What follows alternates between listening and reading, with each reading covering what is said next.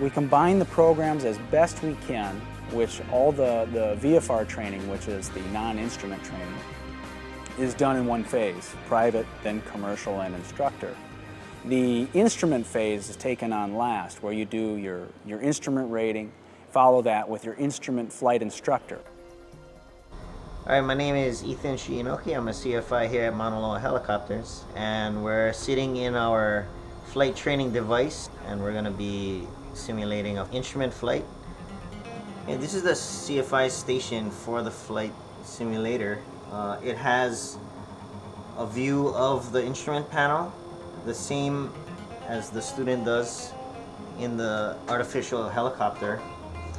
Helicopter 90334 Hotel HCF at the Kona VOR, intercept the 160 radio outbound to the south, maintain 2000. My name is Dustin Huff. I'm a student here at Mauna Loa Helicopters, and I'm getting my IFR certification, and this machine is helping me out a lot. There's a lot of things going on here on the flying IFR, and turning and knowing exactly where you are in relation to this VOR is very difficult. Number 74005, takeoff, wind 2704, proceed direct north. Yes, it's difficult to know exactly what the helicopter is doing in an IFR situation because you don't have any reference points to the ground or to anything. So you have to just look at these instruments and they'll each tell you something different. As far as an ILS approach goes, it gives you vertical and horizontal navigation. The glide slope giving us our vertical navigation, and the localizer giving our horizontal guidance in relationship to the runway.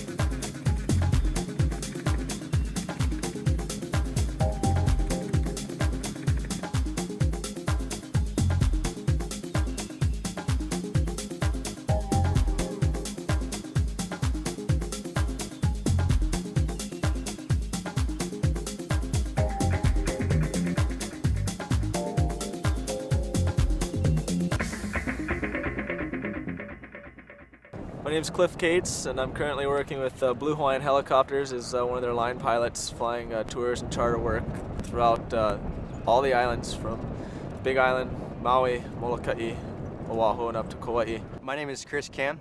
I'm currently a pilot for Jack Harder Helicopters. I just got recently hired about 3 months ago. I went to flight school at Mauna Loa Helicopters, finished flight school in late about 2006, and then for about flight instructor for about a year and a half with Mauna Loa Helicopters. Finished flight instruction in about May 2008 and went up to Alaska, the same thing as Cliff. Worked for Northstar, trekking up there, up in the Juneau icefield area, flying glacier tours. You know, the helicopter industry is unlimited. It's not airport to airport. You're doing so many different jobs, from the oil industry where you're landing on platforms to perhaps logging or law enforcement. There's firefighting. Search and rescue. You can be a police officer, a fireman, a paramedic, all as a helicopter pilot. And just having the extra title as helicopter pilot added on that is just that much cooler, you know, if you ask me. So there's a range of jobs, and the industry is growing while pilots are disappearing. You know, Vietnam was a huge producer of pilots, and I've worked with a lot of Vietnam vets, and they're a lot of really good guys, and they got a wealth of knowledge, but they're starting to retire. They're backing out of the industry, and they're passing that over to us. And salaries are going up because of it. You know, employers are fighting for pilots now, where back when my dad was our age and his fellow friends that were pilots were looking for jobs, they couldn't do it, you know. And now's a good time to get in, to tell you the truth. And if you get on the ground floor and you build up through this industry, you can make a well living for yourself, a decent living, I should say, and a lot of fun doing it. There's so many unique aspects to this industry that the job never really is the same from day one to the next. And that attraction is real strong, for men and women, because I'll tell you that probably 30% now, and it's growing, of our students are women, and they're seeing the success just as well as the men are. Where I'm at right now in the process is hopefully I'm a couple weeks away from my commercial check ride. And then hopefully I'll be at least a month away from my CFI check ride, my Certified Flight Instructor check ride. Flying is the freedom to be off the ground, to get a bird's eye view of what's going on around you, to be able to play in the air, to be able to hopefully someday utilize that ability to be in the air for work. I mean, work is a great adventure in itself. To be able to be doing utility work or helping other people in a way and not just making money for it, but getting the experience doing it, that's what flying means to me. We're a 141 flight school, which means we're FAA approved, but that leads into the international side of the school. 50% of our students come from outside the borders of the United States. We attract people from Europe, from South America, from Asia, Australia, really a little bit of everything. And because of that, and everybody moving really from all corners of the globe to be here, we do have accommodations available. We have accommodations at our Kona location, student housing, as well as being built in our new facility over on the island of Kauai. We keep transportation as well for our students so that when they arrive here, really all they need to think about is flight training, trying to take care of the other ends of the house. My name is Isabel and I'm from Belgium. I moved to Hawaii 2 years ago to become a helicopter pilot, and I've been a CFI for 4 months now.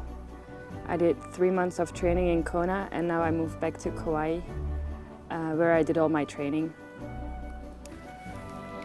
Hi guys, my name is Bipin Bonde. I'm from India. I'm here to get my commercial pilot license. My name is Kelty Gadd, and I'm from the Blackfoot Reservation in Canada. I moved out here on September 1st, 2007, and probably the best thing I've ever done in my life. I always wanted to be a helicopter pilot, but I always thought it was more like a dream, right? Like when people think they want to go to the moon, but you dream about it, but it's like, it feels like it's impossible. And then I just studied other stuff, and one day I just told my mom I really want to become a helicopter pilot, and then I moved to Hawaii. And I had a pilot license even before I could drive a car, but I could fly a helicopter.